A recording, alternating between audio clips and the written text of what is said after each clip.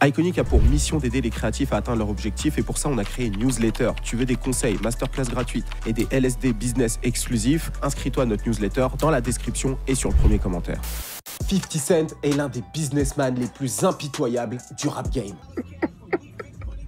Et Diddy est très sérieusement en train d'en faire les frais actuellement. Alors initialement, j'étais censé revenir sur l'affaire entre Diddy et Cassie, vous donner vraiment tous les détails sur la plainte de Cassie, etc. Mais finalement, j'ai vu qu'il y avait pas mal de chaînes YouTube qui avaient déjà traité le sujet et je me suis dit, je préfère aller sur quelque chose d'un peu plus original, quelque chose qui n'a jamais encore été traité. Et donc la relation entre Diddy et 50 Cent est super intéressante et donc j'ai décidé de faire ça. Mais attention, après avoir eu vos retours dans les commentaires sur la partie communauté, je me suis dit que finalement j'allais quand même traiter cette vidéo sur Diddy et Cassie, mais je vais essayer de faire quelque chose d'un peu plus large sur le personnage de Diddy et sur comment son empire est en train de s'écrouler, d'accord? Donc je reviens sur ça dans quelques semaines, soyez patients. En attendant, ce sujet va être passionnant, vous allez voir. Depuis plus de 10 ans, 50 envoie des pics à Diddy. Et dans cette vidéo, je vais essayer de t'expliquer pourquoi le rappeur du Queens déteste autant Diddy, que ce soit businessment parlant ou personnellement parlant. Yo tout le monde, ici c'est Chris d'Iconic et vous regardez un nouvel épisode du Lifestyle Décodeur. N'oubliez pas de liker, commenter si vous aimez cette vidéo ou dites-moi ce que vous en pensez. Et abonnez-vous, je le dis pas assez, mais abonnez-vous, c'est très important pour moi. Bon, avant de commencer, ambiance de Noël, ouais. Quoi de mieux que d'offrir du Chain Nation en cadeau de Noël? Et oui, Chain Nation, c'est quoi pour ceux qui ne savent toujours pas? Chain Nation, c'est une marque de bijoux pour hommes et pour femmes à des prix accessibles. Alors, bien sûr, avec Chain Nation, tu peux aller sur du VVS, tu les appelles, tu leur demandes. Mais bon, moi, est-ce que mon but, c'est de vous ruiner pour Noël? Non, mon but à moi, c'est de vous rendre frais. Donc, quoi de mieux que de prendre des produits à des prix accessibles? C'est vraiment top ce qu'ils proposent pour Noël. En plus des bijoux, colliers, montres, bracelets, boucles d'oreilles, ce que tu veux, ils ont lancé Slicks, les bijoux pour sneakers. Donc ça veut dire que là aujourd'hui, même tes sneakers, elles vont être drippées, d'accord? C'est une petite accroche que tu peux mettre sur le côté de ta sneakers ou entre les lacets. Les produits sont à des prix très abordables et ça fait toute la différence. Et pour la période de Noël, avec le code promo Noël30, obtiens 30% de réduction sur tous les produits de la boutique ou alors tu peux avoir un produit acheté, un produit offert. Si tu as loupé Black Friday, clairement là, tu peux te mettre très bien pour Noël. Alors pour obtenir la réduction, le lien se trouve dans la description et sur le premier commentaire. Je te laisse aller voir de toi-même. Maintenant que j'ai dit tout ça, sans plus attendre, on y va.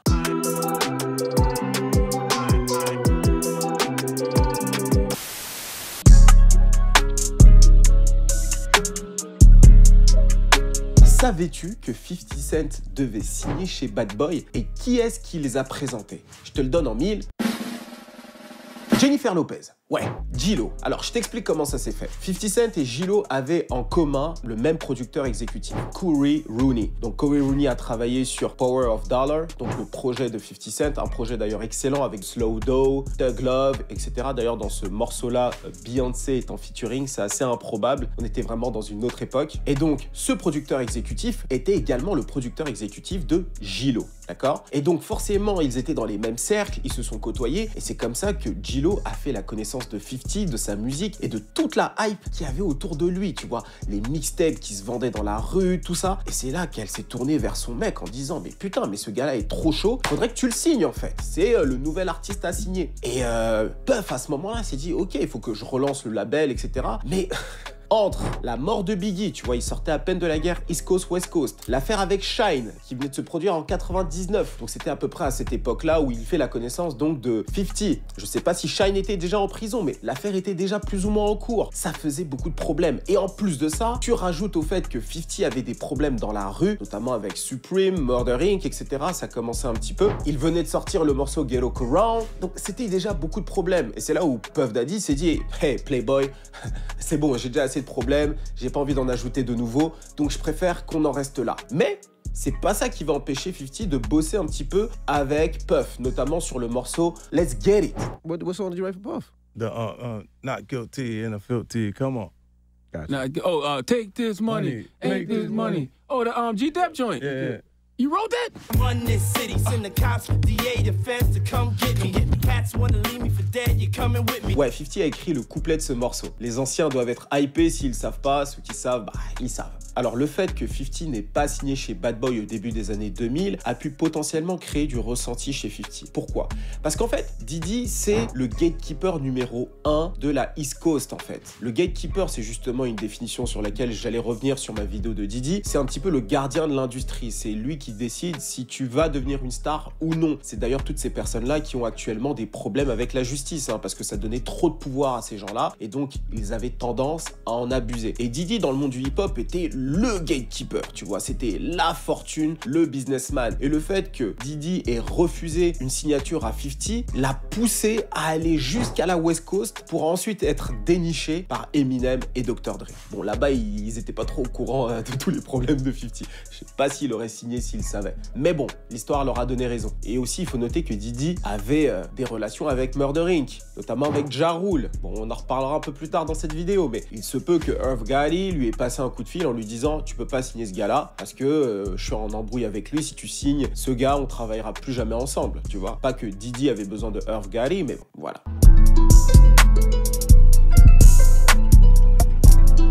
Au début des années 2000, 50 Cent est en pleine transition avec son image. Il passe de rappeur à businessman. Il lance les casques SMS Audio, il lance sa boîte de promotion de combat de boxe SMS Promotion, et en 2014, il devient actionnaire minoritaire et ambassadeur de la vodka produite aux Pays-Bas, j'ai nommé FN Vodka. Donc le rappeur se lance dans la vodka, un marché déjà saturé dans lequel un autre rappeur businessman est déjà en train de régner en maître. J'ai nommé Diddy avec Ciroc. Oui, Ciroc qui était en train de cartonner, ça faisait déjà plusieurs années. Moi, à titre personnel, à chaque nouvel an, comme un gros bolos, je m'achetais donc la bouteille de Ciroc et je faisais des photos avec. Tu vois, cheese avec une bouteille de Ciroc. Ciroc, c'était symbole de célébration. Alors, petit historique business pour que tu comprennes à quel point Diddy a eu un impact sur Ciroc. Donc, Ciroc n'appartient pas à Diddy, ça appartient à Diageo, la maison mère. Initialement, dans les années 2000, les ventes de la vodka se portaient très mal. La vodka devait être classée 50e mondiale. C'est ainsi qu'il contacte Diddy pour qu'il devienne ambassadeur de la marque, et dans le deal, le rappeur récupère la moitié des profits réalisés, ce qui est un excellent deal à l'époque pour eux.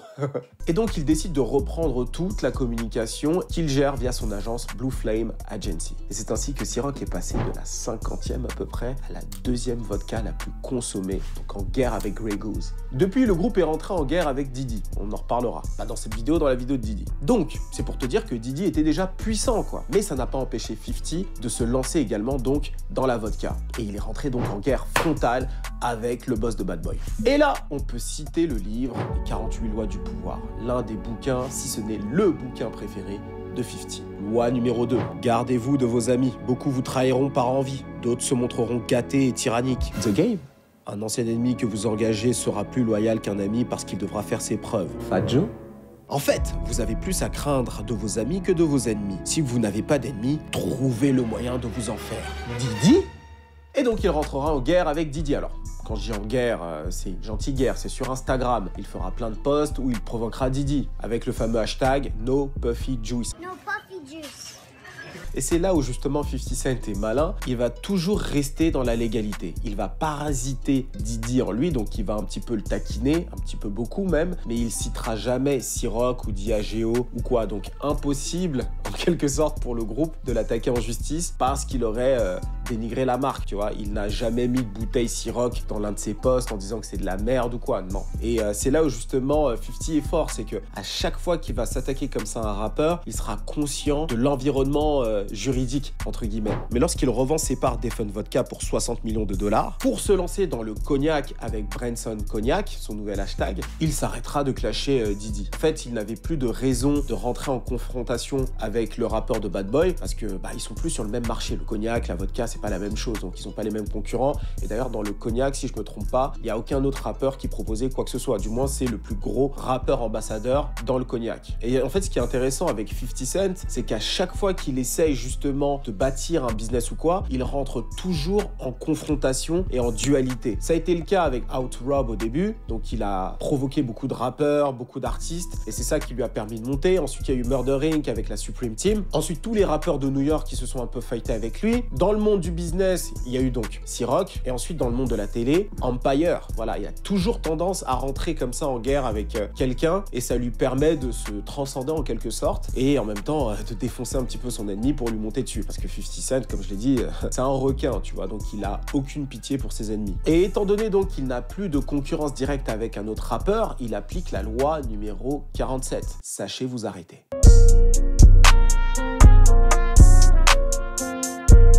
En 1993, Diddy lance Bad Boy Records et signe un deal avec Clive Davis et Arista Records. Il prend une belle avance qui lui permet de lancer son propre label Bad Boy Records. Mais d'après des dires, d'après des rumeurs, Clive Davis ne serait pas le seul à avoir investi au début du label. Non, BMF aurait également pris part très tôt au lancement du label de Puff Daddy. Alors d'après ce qu'il dit, c'est par l'intermédiaire de Fleming Hill Daniels, le plus haut gradé de l'organisation pour le secteur de New York. L'argent aurait été remis donc à P. Diddy par l'intermédiaire donc de ce gars-là et d'autres associés de BMF, et tout ça en plusieurs parties. Et ça, c'est selon un fichier d'un intermédiaire de la DEA. C'est notamment ce qui aurait permis de financer cette campagne de Biggie et Craig Mack, Big Mac, qui a été très populaire à ce moment-là. Rien n'a été prouvé, mais ce qui est clair, c'est que Diddy avait des liens avérés avec la Black Mafia Family. Wolf, son garde du corps, était proche de Big Mitch avant que les choses dégénèrent et qu'il se fasse tuer. Darry Pop Taylor, le cousin de Diddy, est un membre de BMF. Paul Buford, l'ancien responsable de la sécurité de Combs au début des années 2000, était un membre de BMF. Et donc lorsque Southwest T, le grand frère de Big Mitch, a été libéré de prison pendant la période du Bovid, 50 Cent s'est chargé d'aller récupérer l'argent de Southwest T auprès de tous ses débiteurs. Et Diddy en faisait partie. Et je peux te dire que 50 Cent s'en est donné à cœur joie d'aller demander l'argent qu'il devait à Southwest T. Alors on ne sait pas exactement combien il le doit, on ne sait pas du tout la nature de la relation entre Southwest T et Diddy, parce qu'ils se sont fréquentés dans les années 90 bien sûr, mais aussi dans les années 2000 jusqu'à 2005, mais on ne sait pas exactement pourquoi Diddy lui devrait de l'argent. Mais ce qui est clair, c'est que 50 s'est servi de ça pour, de 1,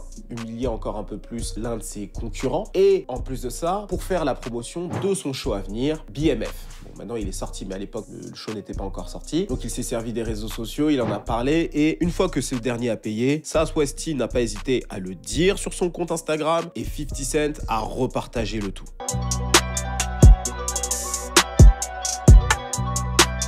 Encore une fois, sachez vous arrêter à temps. S'il y a bien une raison de détester un autre homme, c'est pour une femme que l'on a en commun, c'est bien connu. Et c'est le cas de 50 et Diddy. En 2021, des photos ont commencé à circuler sur les réseaux sociaux où on peut voir la maman du petit dernier de 50, Daphne Joy, en compagnie de Brother Love. 50 Cent s'est moqué de la maman en créant un dialogue un peu fictif entre lui et son fils. Et voici ce qu'il dit. « Oh merde, c'est ta maman avec Puffy. Lol, rappelle-toi ce que je t'ai dit l'autre jour. Ces filles sont folles. Hashtag Branson Cognac, hashtag le chemin du roi. » Bon, bien sûr, ça a fait parler, les blogs ont repartagé un petit peu partout. Et bien sûr, de son côté, Diddy n'a absolument pas répondu. C'est pas dans sa brand, entre guillemets. On va en reparler un peu plus tard. La mère du petit, elle, lui a répondu en lui disant de la laisser tranquille, qu'il fallait qu'il se focus sur l'éducation de leur petit garçon, voilà, qu'il la laisse vivre, entre guillemets. Mais le fait qu'elle soit avec Brother Love, c'est un vrai problème pour lui. Il se dit, mais vas-y, c'est bizarre, tu vois, c'est un peu le camp adverse. L'un des camps adverses pour 50 même, je dirais. Mais il calme les choses en disant ça. Non, moi et Puff, on se bagarre pour du business. S'il aime la meuf, il aime la meuf. On bat les couilles. Hashtag Branson Cognac, hashtag le chemin du roi. Lorsqu'il sera questionné sur le fait d'avoir engagé Young Miami, l'une des copines de Diddy, enfin, l'une de ses anciennes copines, dans BMF, les gens lui demanderont si c'est une manière pour lui de se venger de P. Diddy. Mais il répondra que non, que c'était déjà prévu et que ça n'a donc rien à voir avec sa baby mama. Voici plutôt ce qu'il dira. But y'all, man, I ain't kissed in the mouth in 10 years, man. Somebody gotta kiss her. Bon, au moins ça a le mérite d'être clair.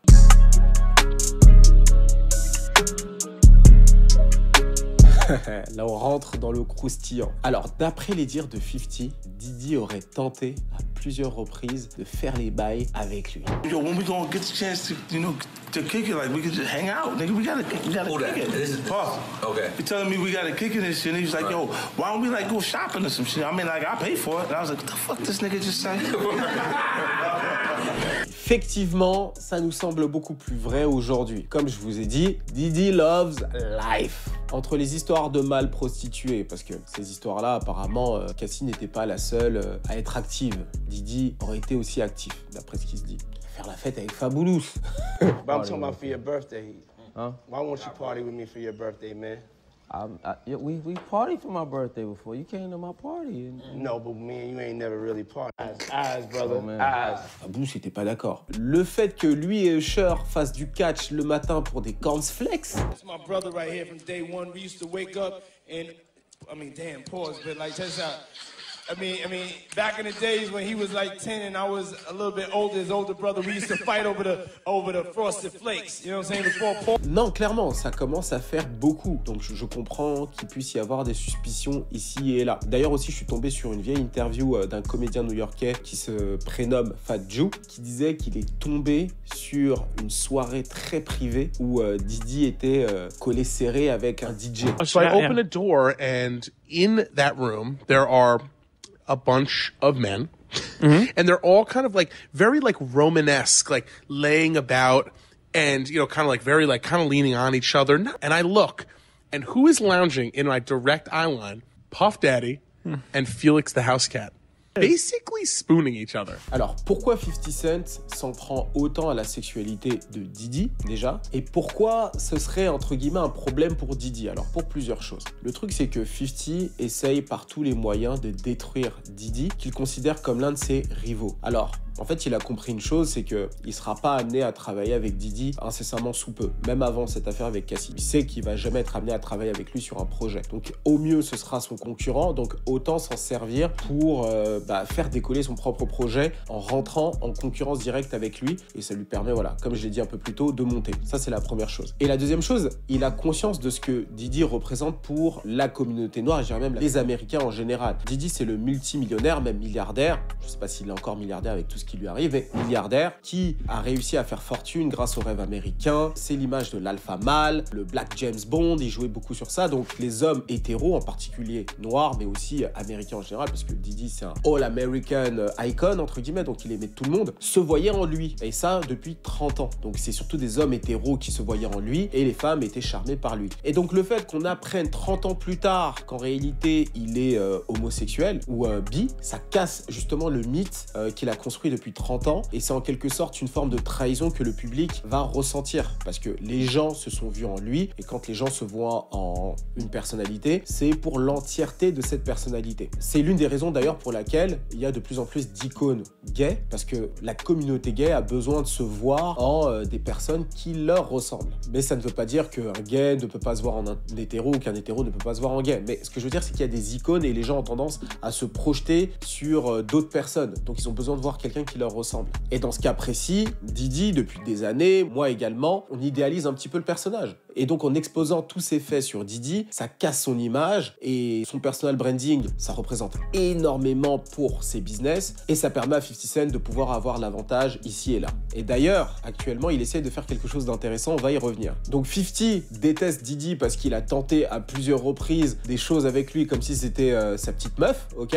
Et également, ça c'est ma théorie, 50 pense que Diddy s'est construit sur des mensonges depuis les années 90, sur des coups bas, pas que 50 n'en avait pas donné, mais en tout cas, clairement, Diddy s'est construit sur ça, entre Tupac, etc. Et je pense que c'est aussi un moyen pour lui de lui faire payer tout ça. Et justement, en parlant de ce côté fake que Diddy peut avoir, ça m'amène à parler de la stratégie de communication des deux auprès des médias, mais aussi sur les réseaux sociaux. D'un côté, tu as Diddy qui veut rester toujours très propre, c'est-à-dire une communication positive, de fêtard, de camaraderie, d'amour, brother love, tout ça. Donc l'idée pour Diddy depuis les années 2010, parce qu'avant encore c'était un petit peu plus compliqué, mais vraiment depuis les années 2010, le but pour lui c'est de communiquer sur le fait que c'est quelqu'un qui est plein d'amour, plein de fraternité, qui cherche à inspirer avant tout. Mais lorsque tu connais bien l'artiste, le businessman, tu sais que c'est pas totalement vrai. C'est d'ailleurs très fake. Lorsque tu regardes une interview de Diddy, tu sais que c'est faux en fait. Je vais te donner un exemple. Cette interview. It feels like something must have happened though, like that we just don't know about behind the He scenes. loves me. Tu vois que très vite, au niveau de ses lèvres, au niveau de ses expressions faciales, il n'est pas très heureux ou il n'est pas amour comme il le dit, tu vois. D'ailleurs, on a plus tendance à y croire quand il s'agit d'un Pharrell ou encore d'un Andre 3000, tu vois. Mais pour ce qui est de Diddy, on sent que c'est un peu fake, qu'il essaye de se refaire un peu une santé au niveau de son image de marque. Et de l'autre côté, 50, lui, va être très honnête et va dire les choses. Le but pour lui, c'est pas de se faire des amis, contrairement à Diddy qui est très dans la camaraderie. 50, lui, tant que ça sert son business, c'est le plus important. Donc si il faut jeter Didi en dessous d'un bus pour que ça puisse lui servir, il le fera. Donc je te dis pas que l'une des communications est meilleure, mais c'est juste pour t'expliquer un petit peu la différence. C'est pour ça que lorsque 50 va l'attaquer pendant plusieurs années, Didi va lui répondre avec une communication très fake en lui disant « Je veux être ton ami, vous voyez pas qu'il m'aime, il m'aime. » Enfin tu vois, on sait très bien qu'il ne l'aime pas et qu'il ne s'aime pas. Mais Didi peut difficilement sortir de son personnage parce que il va avoir l'air vraiment fake pour le coup et ça va pas jouer en sa faveur. Et justement en parlant d'honnêteté, ça m'amène à la situation avec Cassie.